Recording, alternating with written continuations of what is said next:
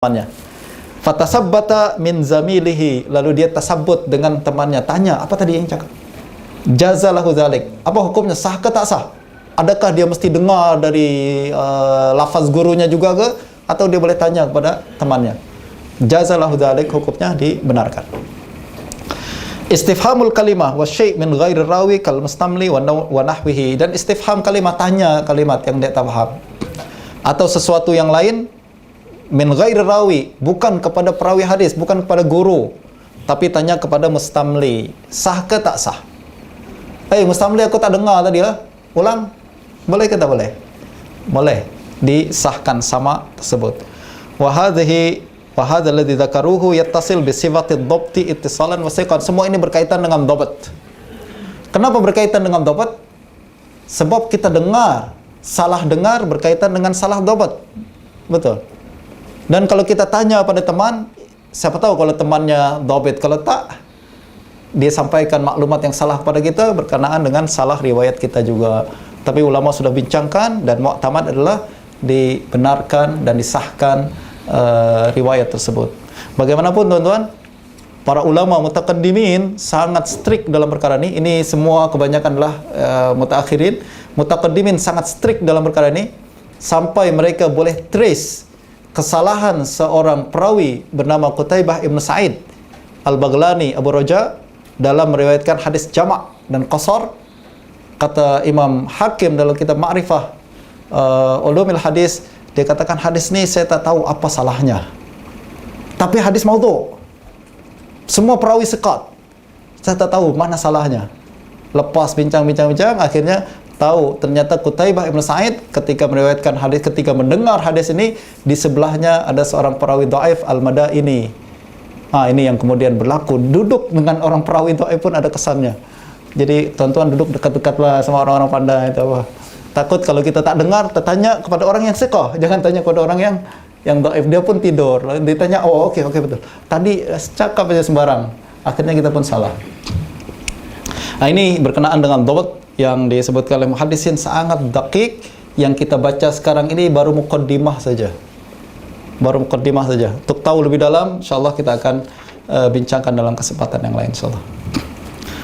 Masih ada masa tak tuan-tuan ni? Saya rasa kita tak boleh sampai pukul 4 lah. Tak ada keterbatasan tempat. Tempat ni akan digunakan lagi selepas ini untuk program yang lain. Sekarang sudah pukul 12. Nak lanjut ke, nak rehat dulu, atau kita nak berhenti di sini? Saya ada sampai pukul 1. Nak rehat dulu tak? Perlu rehat? Tak perlu? Tengok, dobit semua perempuan. Tengok, dobit laki-laki. Nak rehat dulu tak?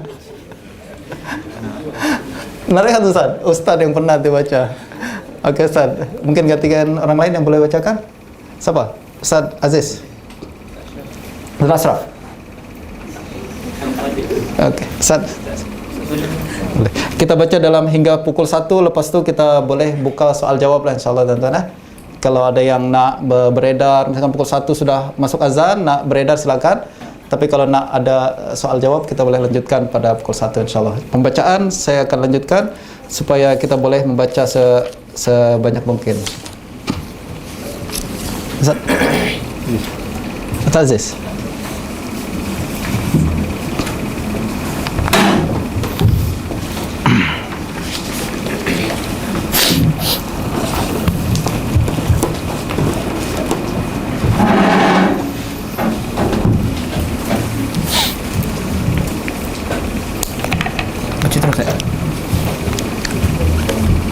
طرق ثبوت الجرح والتعديل، وهي ثلاثة طرق مشهورة معتمدة عند الجمهور اعتمد عليها أهل الحديث.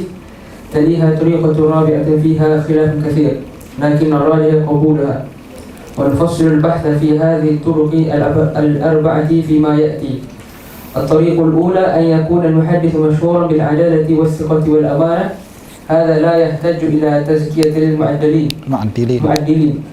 مثال ذلك مالك بن أنس وسفيان الثوري وسفيان بن عيينة وشعبة بن الحجاج وأبو عمرو الأوزاعي والليث بن سعد وحماد بن زيد وعبد الله بن مبارك ويحيى بن سعيد القطان ومن جرى مجراهم في نباهة الذكر واستقامة الأمر.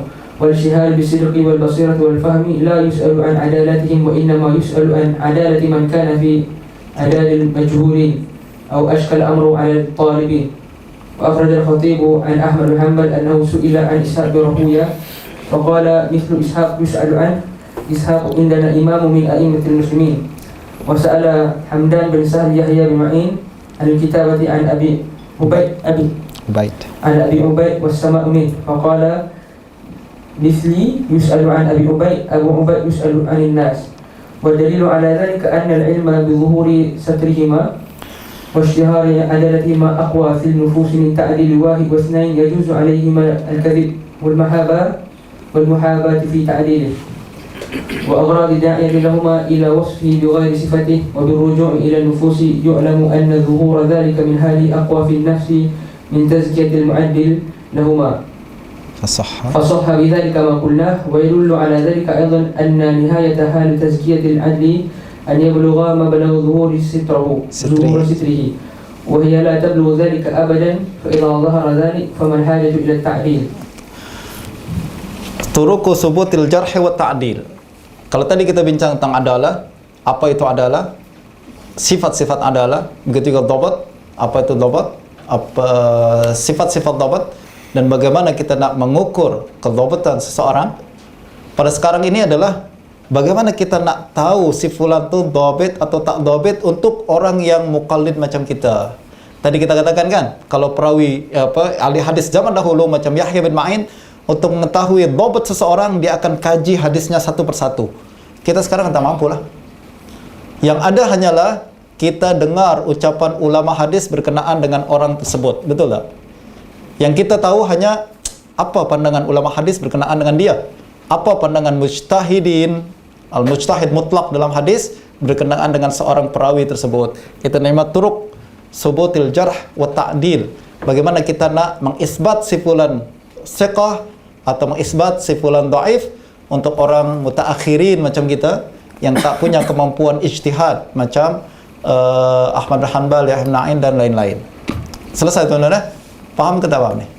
Okey. Bagaimana kita sekarang ni nak buat? Ada 4 cara.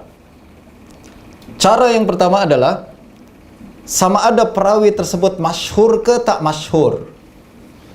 Kalau perawi yang masyhur memang sudah terkenal imam minal a'immah, tak perlu lagi lah kita nak cari dia siqah ke tak siqah, dia adil ke tak adil lah, dia dhabit ke tak dhabit, dia imam sudah masyhur bil imamah dalam ilmu hadis tentulah tuan-tuan.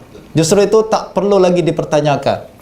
Mereka ini antara lain adalah Malik bin Anas, Sufyan al-Thawri, Sufyan ibn Uyainah, Syu'bah bin al-Hajjaj, Abu Amr al-Auza'i, Lais ibn Sa'ad, Hamad ibn Zaid, Abdullah Mubarak, Yahya bin Sa'id al-Qattan, Abdurrahman bin Mahdi, Imam Syafi'i, siapa lagi? Ahmad bin Hanbal, Abu Ubaid, Al-Qasim bin Salam dan ramai ulama lain. Mereka adalah key person dalam hadis. Orang belajar hadis tak kenal dia orang ni belum belajar hadis lah. Mesti kita kenal mereka dan tahu mereka saja, confirm dah, tak payah lagi tanyakan dia siqah ke tak siqah. Confirm mereka siqah. Mereka sudah masyhur, terlalu masyhur untuk dipertanyakan. Nah, ini yang dilakukan oleh ahli hadis. Antara lain apabila Imam Ahmad bin Hanbal ditanya tentang Ishaq bin Rahuya.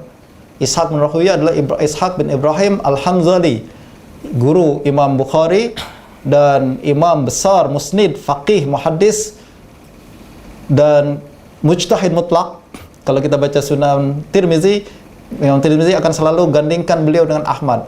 Ini riwayat, ini adalah pandangan Malik, ini pandangan Syafi'i, ini pandangan Ahmad dan Ishaq dan Sauri. Nah, ini termasuk ulama-ulama besar yang terdapat nama-namanya di kalangan ahli hadis dan ahli fiqh pun kenal mereka semua.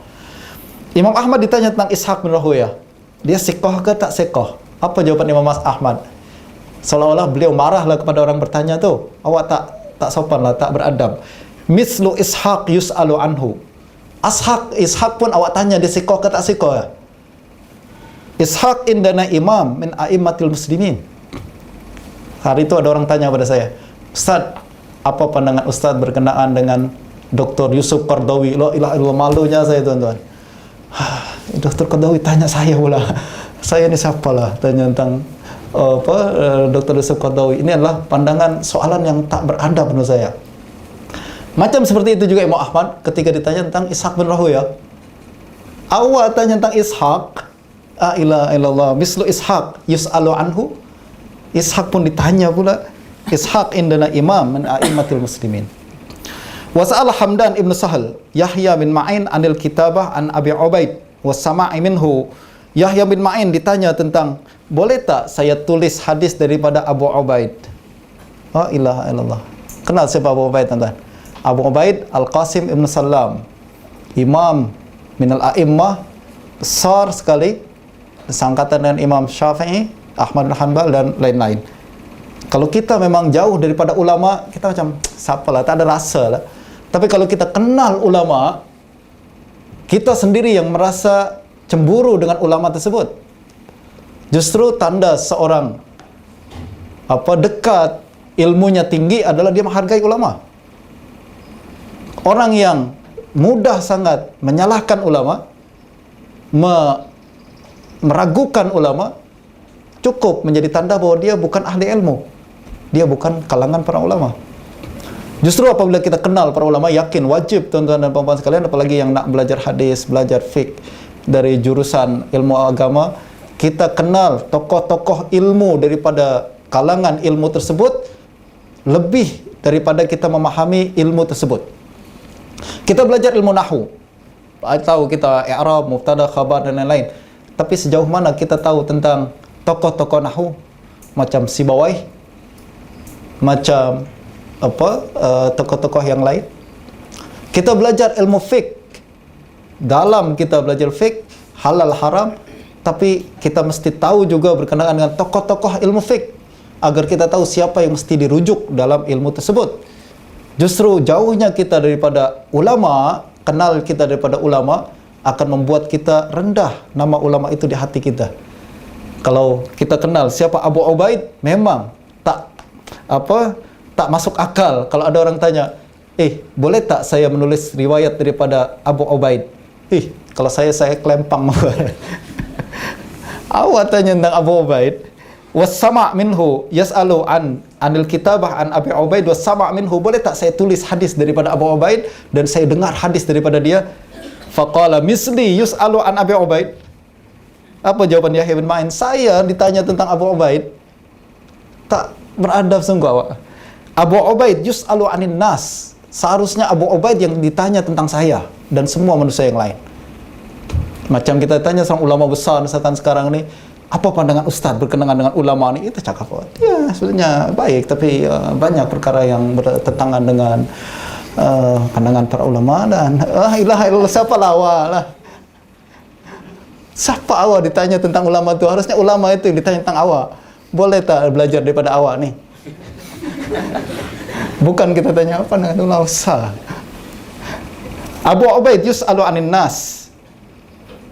Wa dalilu ala dhalika, dan dalil karena ini tak perlu kita panjang lebar, namun secara logik pun macam gitu tuan-tuan. Tak patut bagi kita untuk mempertanyakan lagi ketokohan ulama yang telah diijma'kan oleh kaum muslimin semua bahwa dia ilmunya diiktiraf dan diterima fatwanya. Kita nak mempersoalkan siapalah kita.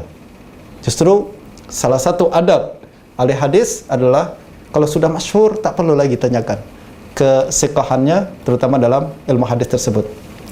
Tapi ini kita mesti kaitkan kepada ilmu hadis berkenaan dengan riwayat. Bukan bermakna semua ulama yang terkenal dalam ilmu bidang yang lain siqah dalam hadis. Tak, kita bincang tentang hadis. Maknanya orang yang sudah diterima oleh ahli hadis sebagai imam dalam ilmu hadis tak perlu lagi dipertanyakan. Tapi kalau dia imam dalam ilmu yang lain, mungkin ada kemungkinan dia tidak siqah dalam hadis, tapi dia siqah dalam ilmu itu.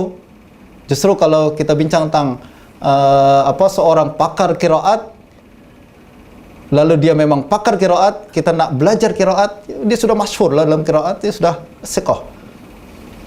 Walaupun mungkin dalam fiqh berbeza lah, dalam hadis berbeza, tapi kita bincang tentang hadis, maka orang yang sudah siqah, terkenal siqah dari kalangan ahli hadis, maka sudah tak dipertanyakan lagi. Seperti Malik, Auza'i, Lais dan lain-lain. Allah.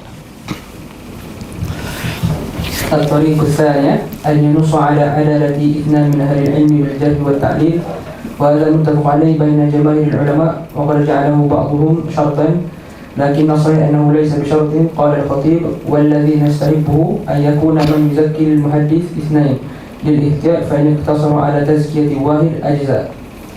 الطريق الثالثة التعليل بواحد فقط ولو كان امرأة أو عبدا، كما سيأتي، مذاهب فيها ونوضح المذاهب فيها. فنقول: قال بعض الفقهاء: لا يجوز أن يقبل في تعليل المحدث والشاهد أقل من اثنين، ورد ذلك إلى الشهادة على حقوق الآدميين، وأنها لا تثبت بأقل من اثنين. وقال كثير من أهل العلم: يكفي في تعليل المحدث المزكي الواحد، ولا يكفي في تعليل الشاهد على الحقوق إلا اثنان. وقال قوم من أهل العلم: يكفي في تعليل المحدث والشاهد تزكية الولد إذا كان المزكي بصفة من يجب قبول قوله، والذي يستحبه المحدثون أن يكون من يزكي المحدث اثنين للاحتياط، فإن اقتصر على تزكية واحد أجزاء. واستدلوا على صحة ذلك بأن عمر بن الخطاب قبل في تزكية سنين أبي جميلة قول عريفة وهو واحد. ويدل على ذلك أيضا أنه قد ثبت وجوب العمل بخبر الواحد، فوجب لذلك أن يقبل في تعليله واحد، إلى آخر ما ذكره مما لا نطيل به.